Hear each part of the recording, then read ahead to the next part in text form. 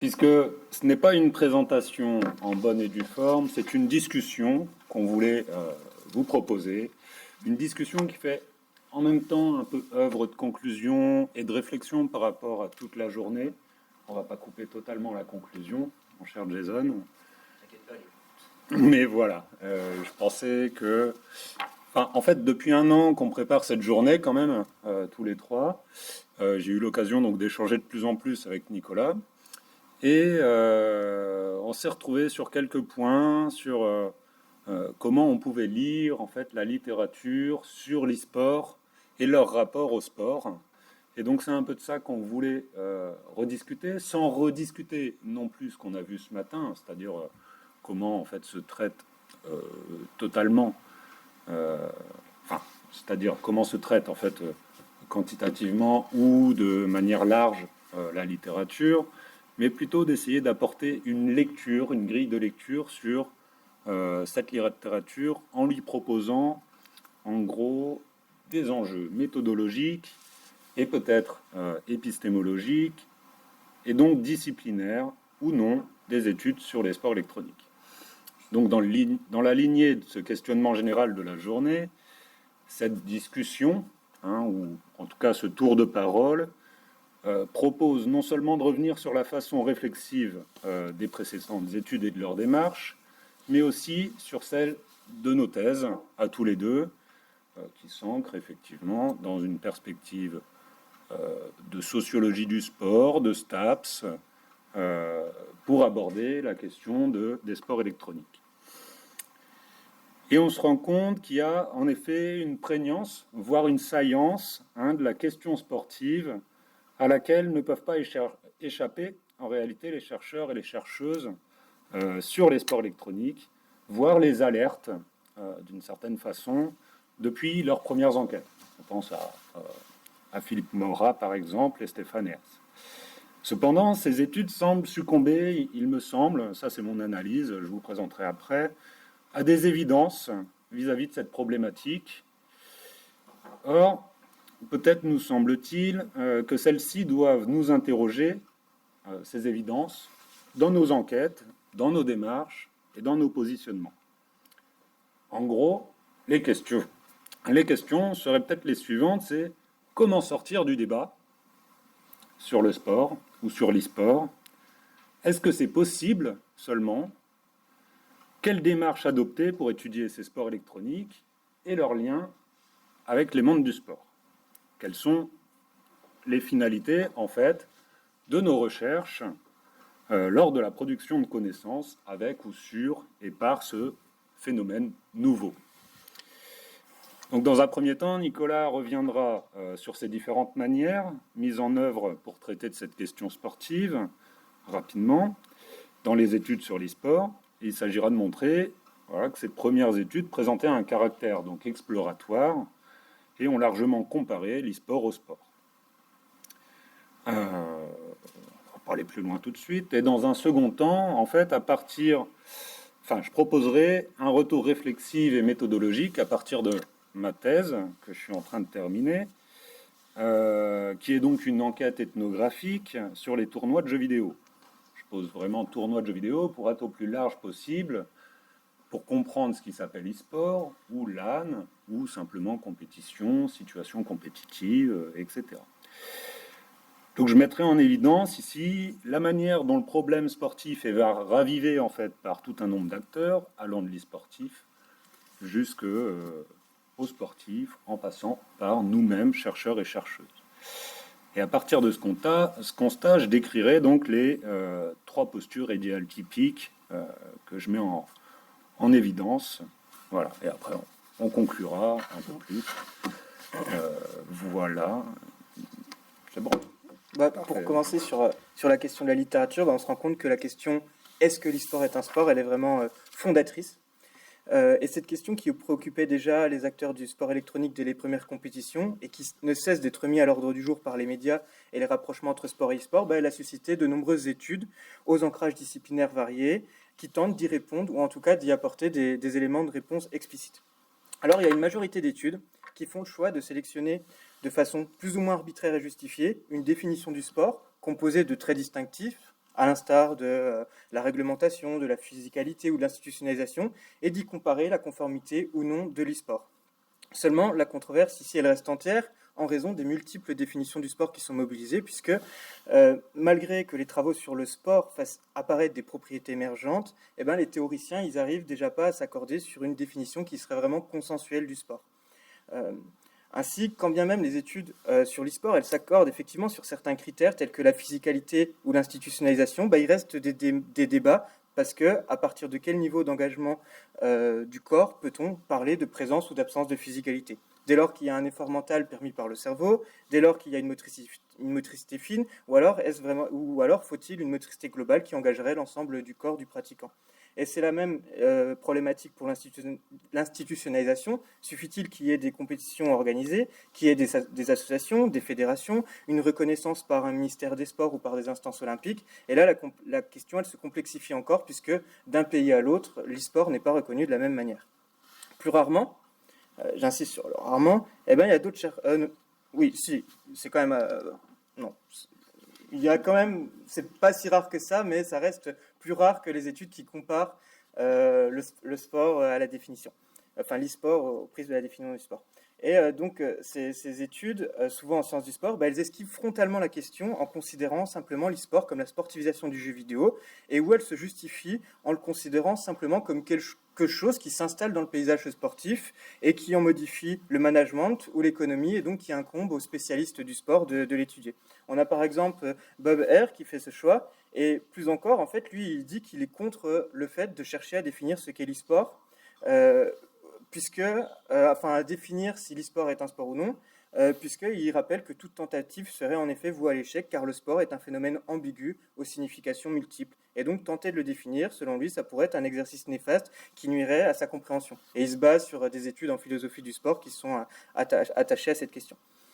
Les rares chercheurs qui décident d'éclairer la question dans une perspective davantage compréhensive, en donnant de l'importance à l'action sociale et à ses significations, au sens subjectif visé par les acteurs, eh ben, ne peuvent que souscrire également à ce postulat. Et donc, à ce titre, on a quelques propositions originales, comme celle de Garcia et Murillo, qui proposent d'apporter, je cite, de nouvelles preuves concernant la considération des e-sports comme un sport, non pas en termes de reconnaissance officielle ou définitionnelle, mais en termes de reconnaissance par les gens des jeux vidéo comme une activité sportive ou non. On peut toutefois ici regretter dans cette étude que ça se limite à une question qui amène à séparer ceux qui sont pour, ceux qui sont contre. On peut aussi citer les analyses et entretiens phénoménologiques d'Emma Wygotsky, dont l'objectif c'est d'étudier au plus près des compétiteurs la notion de jeu vidéo en tant que sport, et elle explore ici surtout le sens donné par les compétiteurs à leur engagement physique, et elle remet alors en question la légitimité d'une ontologie sportive traditionnelle. L'ethnographie pionnière de Philippe Mora, qui documente déjà les oppositions, comme on l'a vu, comme on l'a rappelé dans les communications précédentes, du public e-sportif sur la question, entre les dinos attachés à une pratique compétitive de loisirs et les e-sportifs entrepreneurs souhaitant en faire un sport professionnel, bah, elle s'inscrit également dans cette perspective. On pourrait aussi citer encore quelques travaux comme ceux de Rambouche et ses collaborateurs ou Wimmer et ses collaborateurs qui ont la particularité de mettre en avant la production par le public e-sportif d'un discours qui associe sport et e-sport dans le but d'en faire le sport professionnel du futur et surtout de contrer les représentations négatives associées aux jeux vidéo telles que l'addiction, l'isolement social, l'obésité, etc. Ce qui est vraiment intéressant dans ces travaux, c'est qu'ils invitent alors à ne pas oublier les enjeux économiques et symboliques qui se cachent derrière la considération ou non comme un sport. Néanmoins, ces travaux, eh ben, ils restent en fait faibles dans la littérature. Ils ne sont pas souvent cités, pas souvent connus, presque anecdotiques, et c'est vraiment les travaux qui comparent l'e-sport aux définitions qui sont les plus importants. Alors plus largement, sans parler seulement des travaux qui se penchent explicitement sur la question, on a de nombreux travaux qui ont comparé l'e-sport au sport. Pour Pizzo et ses collaborateurs, ça s'inscrit dans une stratégie de sense-making qui vise à faciliter la compréhension de ce phénomène nouveau et à légitimer des recherches dessus. Néanmoins, les auteurs ils observent ici une évolution depuis les premières études, je cite, à mesure que les études sur les sports électroniques ont évolué et que les sports électroniques ont acquis une légitimité auprès du grand public, les chercheurs commencent à décortiquer ce qui rend les sports électroniques uniques. Ainsi, les études sur les consommateurs de l'e-sport en sont particulièrement révélatrices, puisque les premières, elles comparaient largement les motivations des fans de sport et d'e-sport, et puis on a ensuite la montée en flèche d'études qui portent sur le streaming ou des plateformes comme Twitch. Alors en défendant ici l'idée de spécificité singularité de l'e-sport, ces études, je cite encore Pizzo, offrent des possibilités de générer des études spécifiques au sport électronique à la jonction de plusieurs domaines ou disciplines. Les auteurs qui pourtant 4 années précédemment justifiaient leur rapport au management du sport, eh ben, ils défendent ici cela en déplorant des études sur l'e-sport fragmentées en disciplines qui ne tireraient pas compte des profits, des acquis des autres disciplines et qui limiteraient la compréhension de ce phénomène complexe. Ces chercheurs, en fait, ici, font surtout référence à ce dont on a parlé ce matin, c'est à l'émergence d'un champ d'études autonome sur l'e-sport, qui répondrait à une logique de spécialisation sur l'e-sport, et ce champ, il serait pluridisciplinaire, voire interdisciplinaire, et on peut l'appeler e-sport studies. Il mobiliserait ainsi différentes disciplines autour de l'objet e-sport. Alors, dans le cas d'une pluridisciplinarité, elle juxtaposerait leur point de vue pour améliorer la compréhension de l'e-sport, et puis dans le cas d'une interdisciplinarité, les différentes disciplines et le dialogue entre elles. Ce champ nouveau qui s'autonomise, il se caractérise de nos jours par des chercheurs se présentant comme chercheurs sur un objet ou une thématique comme l'e-sport et non à partir d'un strict ancrage disciplinaire. Et il se caractérise aussi par des revues scientifiques entièrement dédiées, des conventions et des événements dédiés à l'e-sport, des laboratoires ou encore des formations dédiées, comme nous l'a rappelé aussi Julien ce matin. On peut retrouver les bases de ce nouveau champ de recherche en fait dès 2008 quand Hutkins il écrit que les World Cyber Games et les cyberathlètes qui y participent ne peuvent pas être expliqués entièrement en se référant aux études existantes sur les jeux informatiques, les médias et le sport. Et ce dernier, il ajoute même en plus dans sa conclusion que regarder vers le passé, ça peut déclencher une analyse sociologique erronée qui créerait des problèmes dans la compréhension des formes émergentes et des modèles d'activité. Pour autant, l'objectif d'Hutkins ici, c'était pas de produire des savoirs sur l'e-sport, non, c'était de mettre à jour une rupture qu'il juge importante au XXIe siècle, qui serait la seconde modernisation. Et il s'inscrit de fait, en fait, il le justifie comme ça, dans les études médiatiques, dans l'étude des médias. Alors on peut se poser la question, qu'en est-il des études aujourd'hui qui s'insèrent dans les e-sport studies, qui se revendiquent appartenir à ces e-sport studies? Alors, comme en attestent les propos de Pizzo et ses collaborateurs, qui en plus identifient un nombre important d'études athéoriques, surtout centrées sur des problèmes pratiques, pragmatiques de l'industrie, tels que la propriété intellectuelle, les contrats, le dopage, la tricherie, etc., eh ben, leur objectif, il semble moins de produire des savoirs disciplinaires en sociologie, en infocom ou en histoire, que de produire des connaissances sur l'e-sport. Et on y reviendra tout à l'heure. Oui. Ce qu'on peut tirer, je crois, de toute cette littérature, c'est plusieurs vagues, effectivement, de prise en compte de la question sportive ou de la singularité.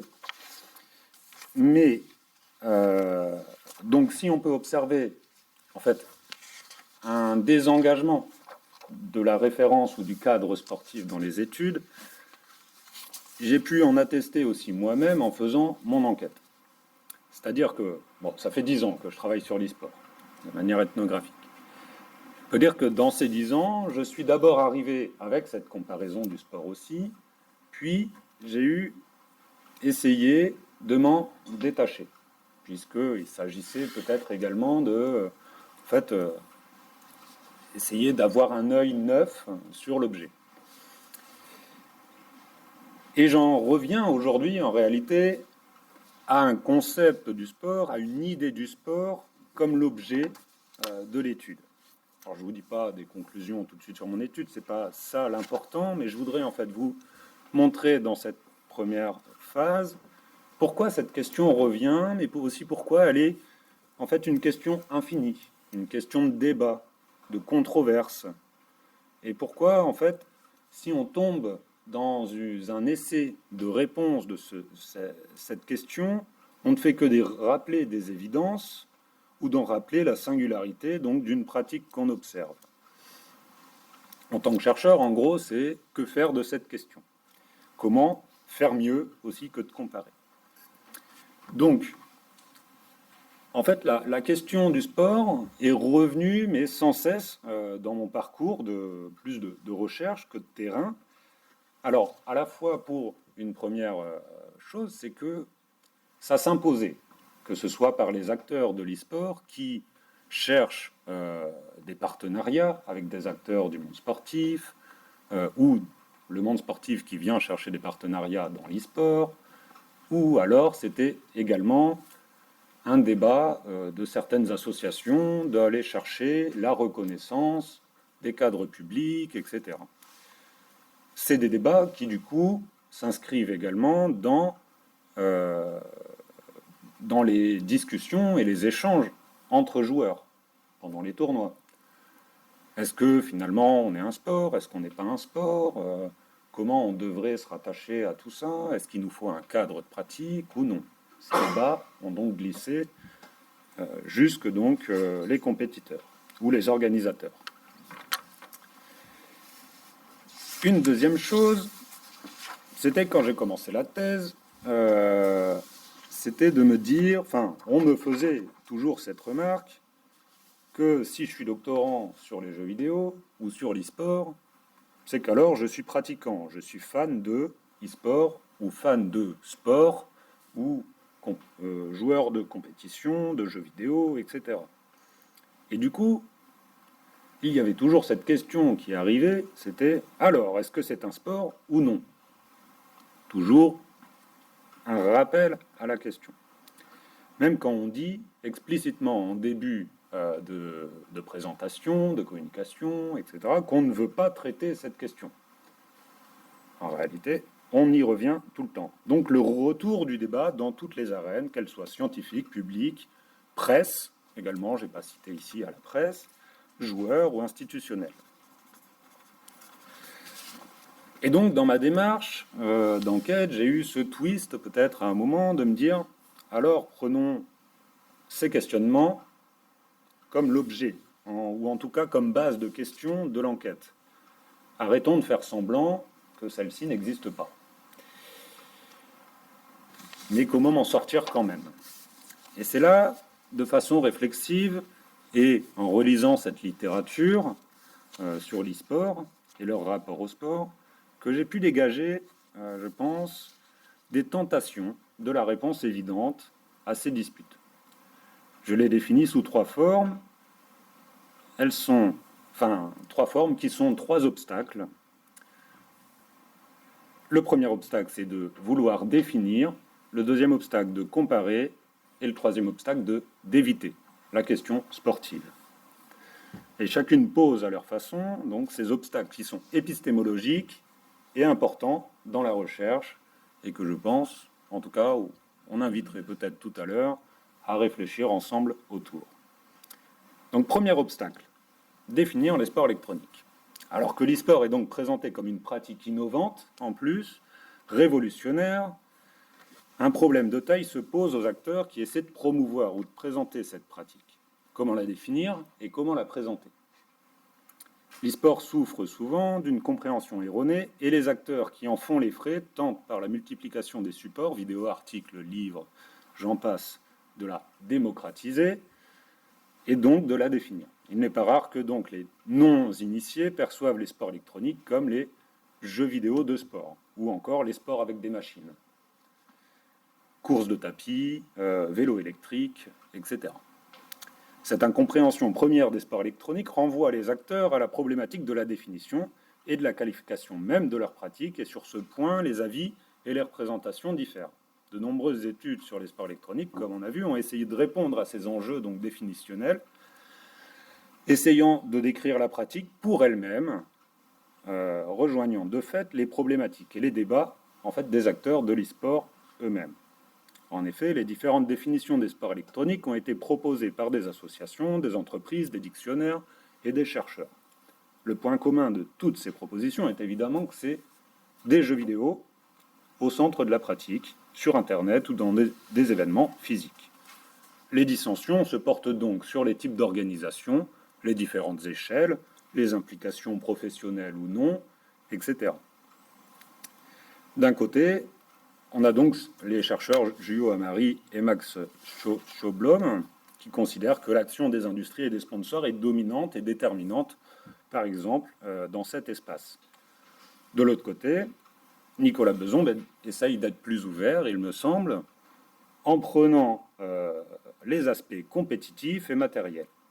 Et c'est d'ailleurs sur cette définition, et grâce à France e-Sport, que en France, on est doté donc d'une définition qui désigne donc l'e-sport par l'ensemble des pratiques permettant à des joueurs de confronter leur niveau par l'intermédiaire d'un support électronique et essentiellement le jeu vidéo et ce, quel que soit ce type de plateforme, console, etc. Ces confrontations de joueurs, je continue la citation, ce qui se déroule sur Internet ou en présentiel peuvent alors faire l'objet de compétitions locales, nationales, internationales, etc. Donc cette définition se veut large et propose d'inclure non seulement les jeux vidéo, mais aussi tout autre support électronique, sans plus de précision. Le périmètre des sports électroniques, en se définissant ainsi, ne fait en réalité que de s'élargir, d'une certaine manière. Quoi qu'il en soit, l'essai de définition de Francisport rappelle quelques éléments qui sont au centre des pratiques du jeu vidéo compétitif. La confrontation n'est pas nécessairement une rencontre en un lieu physique, mais peut être sur Internet, etc. Et des entités au préalable ont défini les règles de tournoi, etc. Ce genre d'essai définitionnel ne sert donc qu'à limiter soit l'aire d'action des acteurs, soit celle des recherches. Mais faire une définition d'une pratique ou d'un fait, c'est en réalité se donner un pouvoir de définir pour les autres ce que sont les pratiques, ce qui est d'ordinaire le rôle donc aussi des institutions, qu'elles soient étatiques, fédérales, industrielles, etc. Faire une définition, je le poserai de manière critique, c'est se positionner en fait au sein d'un rapport de force, au sein d'un champ. Du coup, pour dépasser cet obstacle, ce premier obstacle, je dirais, et je me placerai bien dans peut-être ces perspectives ethno-méthodo, finalement, comme Witkowski, etc., il s'agirait, je crois, d'interroger les enquêtés sur leur représentation de l'e-sport ou des compétitions de jeux vidéo, ou en tout cas d'en observer ce qu'ils font. Donc, au lieu d'imposer aux pratiques une définition des sports électroniques à l'étude et aux acteurs, il s'agit, il me semble, de proposer, d'interroger ces diverses acceptations, ces représentations, en fonction des pratiquants. Je passe un peu rapidement, sinon je vais totalement dépasser.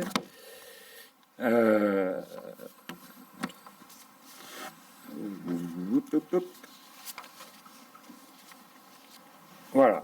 Deuxième obstacle. Allons-y. Deuxième obstacle, du coup, c'est de comparer. Ça prolonge d'une certaine façon l'action de définir. De la même façon donc que la tentation de la définition, la marotte des acteurs de l'e-sport et de certaines recherches, c'est de comparer l'activité des jeux vidéo en compétition avec les sports. Or, comparer, c'est l'action de mesurer. Ainsi, l'acte de mesure ou de comparaison revient souvent à évaluer les sports électroniques ou avec ou par rapport aux autres activités sportives, jusqu'à donc singulariser chaque activité. On ne peut pas, il serait difficile, il nous semble, de comparer effectivement la pratique de Counter-Strike avec le lancer de javelot. Voyez. Donc comparer ou mesurer ont comme travers de chercher, in fine, si une chose est ou n'est pas une autre chose, et si elle en a des aspects ou non. La comparaison invite à réfléchir donc sur les spécificités propres à une activité.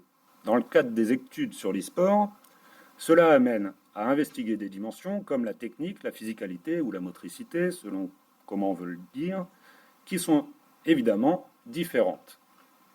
Lorsqu'il s'agit de mesurer, on cherche à connaître la pertinence ou l'efficacité d'une chose, d'un concept ou d'une idée ou d'une pratique. La mesure a donc de nombreux travers à ces égards et ne mène, je crois, qu'à des découvertes spontanées sur des faits plutôt précis. Ce raisonnement de pensée fait perdre en réalité une compréhension du fonctionnement des activités humaines pour se centrer sur ce qui relève de l'objet de débat, comme on l'a vu auparavant. Dans ces perspectives, la comparaison des activités sportives entre elles est également donc infinie. On pourrait trouver de nombreuses différences. Une fois, c'est les techniques qui sont observées. Une autre fois, il s'agit de mesurer la reconnaissance institutionnelle, sportive ou non, en fonction des schémas existants, etc. Ces schémas de mesure ou de comparaison n'acceptent alors pas qu'une chose se détache des catégories à partir desquelles elle est évaluée. Une proposition de solution à cet obstacle, il me semble, ce serait de comparer non pas les activités entre elles, mais plutôt les formes de l'organisation sociale ou les faits en fait sociaux. Voilà. Et donc pour comparer en fait vraiment les sports et l'e-sport ou toute activité sociale avec une autre, et d'ailleurs on pourrait peut-être comparer l'e-sport à autre chose que du sport, de ce point de vue, il s'agit d'accepter une montée en abstraction ou en généralité dans la recherche, c'est-à-dire de voir des logiques d'interaction entre les différents acteurs, entités, etc. Cette rupture permet de rompre à la fois avec des prénotions et le langage ordinaire quelquefois, et d'entrer dans l'analyse des faits sociaux. Les gens font des choses, et c'est la manière dont les gens les font qui nous intéresse. Troisième obstacle, je vais aller un peu plus rapidement aussi, l'évitement de la question sportive. C'est peut-être la tentation la plus évidente quand un problème se pose, c'est d'éviter. L'évitement est souvent une porte de sortie qui nous permet en fait de trouver une solution peut-être facile. Or, dans les études sur les sports électroniques, et donc par l'expérience que je vous ai relatée auparavant, j'ai constaté que l'évitement de cette question, de l'activité, ne participe en fait qu'à la remettre à chaque fois au devant. Elle se repose sans cesse et constamment. Donc c'est lors de ces colloques, les journées d'études, etc., où on me repose la question. Pourtant, la prégnance de toutes ces questions est un indice d'une préoccupation certainement importante, ou qu'il faudrait prendre en considération. Si les chercheurs et les chercheuses sur les sports électroniques la traitent pour se démarquer des faits sportifs, définir et comparer l'e-sport et les sports selon des critères ordinaires, la question reste toujours au cœur des débats. Les débats autour de la question sportive, des jeux vidéo ou d'autres activités, même on pourrait retrouver ça ailleurs, ne trouvent ni de réponse ni de consensus dans les textes fournis par les porte-paroles, qu'ils soient donc universitaires, institutionnels ou professionnels.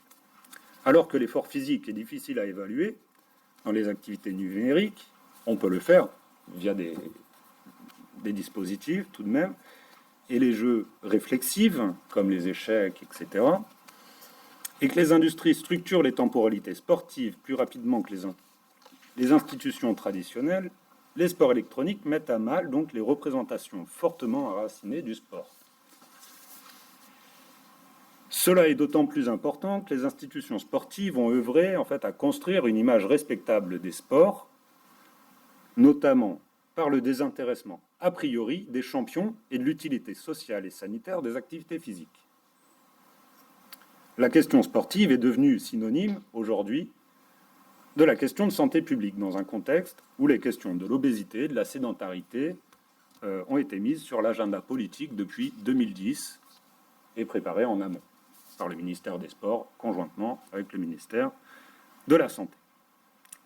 Du coup, pour ne pas éviter la question sportive, il s'agit, en fait, au moins là dans ma recherche, d'interroger cette conception du sport qui est, donc je dirais, en fait réactualisée par l'e-sport ou par les jeux vidéo, organisés en compétition. Prendre la mesure de la question sportive, tel est le travail donc et la rupture que j'essaye de faire. Consiste à voir au travers du débat et du problème sportif une question de légitimité ou de frontières qui se rediscutent en fait grâce ou par ou à cause des jeux vidéo. Voilà. Et je pense qu'il s'agit donc dans cette dernière proposition que j'essaye de faire, en fait de questionner plus le positionnement et la démarche qu'on se propose de faire quand on fait une étude sur les sports électroniques.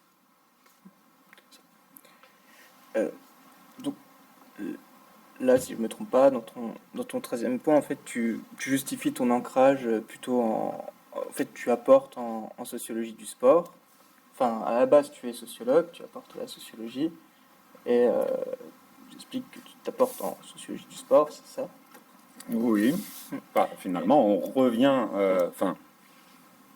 Oui, mais ça demanderait trop d'élaboration. Mais effectivement, je reviens en fait à la sociologie du sport pour comprendre comment les jeux vidéo vont re-questionner les frontières. C'est ça. Parce que, en fait, dans nos questionnements, on a eu ces questionnements sur la question du sport, et on s'est rendu compte qu'ils rejoignaient un autre questionnement qu'on a eu aussi, c'est sur la question disciplinaire, en fait.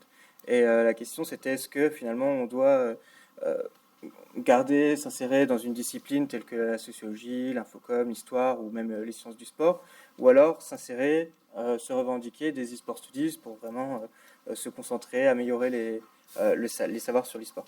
En fait, ces questionnements, ils nous ont semblé qu'ils faisaient plus largement écho en fait au débat qui oppose classiquement les disciplines et les studies et qui accompagne en fait le développement de chaque studies. Puisque les studies, tout d'abord, elles témoignent d'une volonté de dépassement d'une fragmentation en disciplines et sous-disciplines qui aboutirait à une juxtaposition de points de vue différents sur l'objet qui conduirait à le fragmenter en autant de dimensions disjointes. Et donc réunir et faire dialoguer les disciplines, ça serait alors une condition nécessaire pour aborder la complexité de thématiques ou problématiques qui ne peuvent être traitées ou comprises à partir d'une seule discipline. Et donc la ou l'interdisciplinarité, elle apparaîtrait alors importante pour saisir la complexité de l'e-sport qui, pour reprendre Pizzo et ses collaborateurs, incarne les tendances dominantes de la numérisation en réunissant des aspects du sport, des loisirs, du business, de la technologie et des médias numériques. Mais comme le rappelle Frédéric Darbelay, les studies, elles sont aussi tantôt craintes, tantôt rejetées par les esprits disciplinaires qui campent sur leur position et reprochent aux studies d'être indéléblement marqués par le contexte de leur genèse, de faire preuve de faiblesse épistémologique et méthodologique, sans compter un militantisme exacerbé qui mettrait en défaut la rigueur scientifique. Le débat, en fait, il pose ainsi la question de la finalité des connaissances produites, et cette question, elle nous semble particulièrement importante dans le cas de l'e-sport. Elle incombe d'ailleurs à chaque chercheur travaillant sur cet objet. S'agit-il de contribuer au développement des savoirs disciplinaires? Et donc dans ce cas, l'e-sport, c'est un objet, un terrain au service des disciplines, ou alors s'agit-il d'améliorer la compréhension de l'e-sport, c'est-à-dire de produire du savoir sur l'e-sport, et donc dans ce cas, les différentes disciplines et leurs réunions se feraient au service de l'e-sport. Pour ces e-sport studies qui répondent à une volonté de spécialisation sur l'objet e-sport, la réponse, elle semble évidente. Pour autant, on peut se demander à qui cela profite-t-il. En effet, le développement des studies, il fut souvent intimement lié aux politiques. En s'intéressant à des thématiques empreintes d'enjeux éthiques, sociaux, culturels ou politiques, à l'instar des porn ou des animal studies, elles sont intimement liées à la société civile et ont une visée d'utilité sociale. Plus encore, nombreuses sont liées à l'engagement critique et militant des chercheurs pour les minorités ou contre des pouvoirs hégémoniques, à l'instar des cultural, des gender ou des postcolonial studies. À ce titre, nombreuses figures des studies n'ont pas hésité à faire preuve de réflexivité, notamment en montrant en quoi leurs recherches étaient liées à leur vie, à leur engagement politique, etc. Mais ici, dans le cas de l'e-sport, on se rend compte que les chercheurs ils verbalisent assez peu leur rapport à l'e-sport ou aux jeux vidéo. D'ailleurs, comme le disait Samuel, c'est une question qu'on leur pose souvent. Surtout, ici, comme en témoignent les résultats des revues de littérature sur l'e-sport, on a une majorité d'études qui se concentrent sur le haut niveau. Le monde amateur, il reste finalement assez peu étudié. Outre la focalisation sur les enjeux pratiques, pragmatiques de l'e-sport via des recherches théoriques, Redman, lui, déplore en outre leur portée souvent limitée à la production de connaissances utiles dans un contexte commercial. Et ça invite finalement à penser est-ce que ces e-sport studies ils ne profiteraient pas surtout à l'industrie et aux acteurs privés. Attention, toutefois, en fait, là on parle de ces deux postures opposées, en fait, la contribution aux disciplines ou à la connaissance de l'e-sport, elle demeure toutefois caricaturale et on l'a vu encore aujourd'hui, c'est bien plus complexe que ça. Les apports des études, qu'elles soient inscrites dans une discipline ou dans les e-sport studies, elles s'inscrivent plus ou moins toujours dans les deux. D'ailleurs, de nombreuses études ne faisant pas explicitement référence à cette question, comme aujourd'hui, justifient leur pertinence en énonçant des apports à la compréhension de l'e-sport, mais aussi des apports disciplinaires ou théoriques. D'ailleurs, les chercheurs qui s'inscrivent dans une discipline ou dans une studies, ils lisent jamais que les travaux inscrits précisément dans leur champ. Et c'est surtout important de rappeler que les différentes disciplines et études qui s'intéressent à l'e-sport, telles que les sciences du sport, de gestion ou d'information et de communication, elles ont déjà des ancrages souvent pluridisciplinaires. Il en est de même pour les revues dans lesquelles les travaux sont publiés. On peut se poser la question, c'est un point que je soulevais, c'est que finalement l'intérêt de l'e-sport, il pourrait peut-être résider dans l'interdisciplinarité auquel il invite et que les e-sport studies pourraient générer.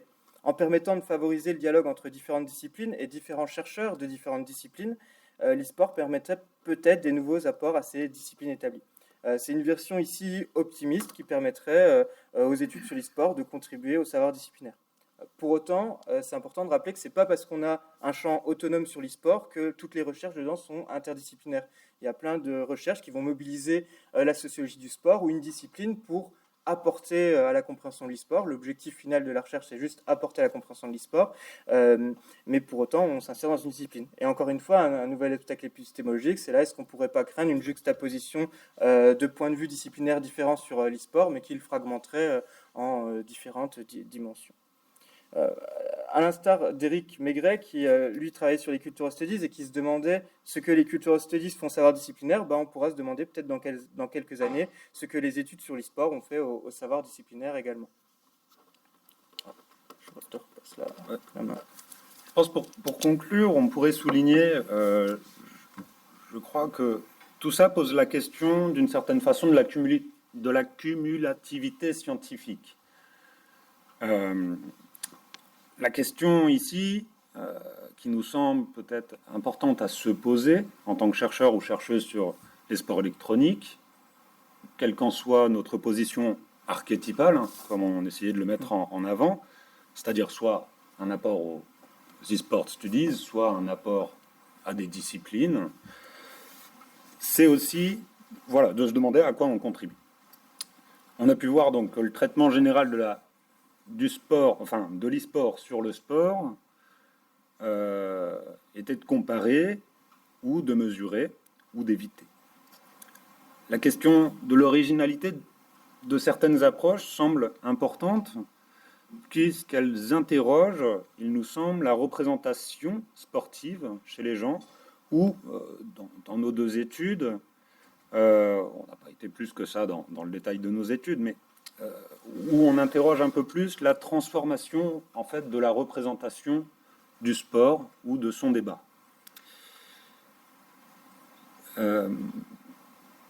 Donc en fait, par cette présentation et par un peu critique par moment, je veux bien l'avouer, on voulait aussi appuyer en fait une sorte d'invitation, une invitation à une démarche ou à une posture qui serait à se poser des questions en fait par rapport à d'où en fait on parle et quelle est notre relation avec l'e-sport ou les jeux vidéo et quelle est notre position avec les praticiens de manière générale, qu'ils soient professionnels ou amateurs. En fait, pousser vers une réflexivité non pas seulement de notre lien avec le monde étudié, mais aussi dans la manière dont on a développé l'enquête. Comment on a comment on est arrivé à la question finale qu'on pose. Et alors peut-être une des barrières qui se posent aujourd'hui dans les études sur l'e-sport, c'est que si on a vu que ça se développait de plus en plus, il y avait de plus en plus de publications, c'est des publications par article qui essayent de poser des bases en fait de nouvelles recherches sur ce champ, sur cet objet, sur cette pratique, et qui du coup n'a pas la place en fait de développer ou de donner à lire aux autres chercheurs et chercheuses le positionnement depuis lequel on parle. Voilà, donc notre idée était d'appeler un petit peu à cette ouverture, à cette discussion, et peut-être avec vous, donc ici.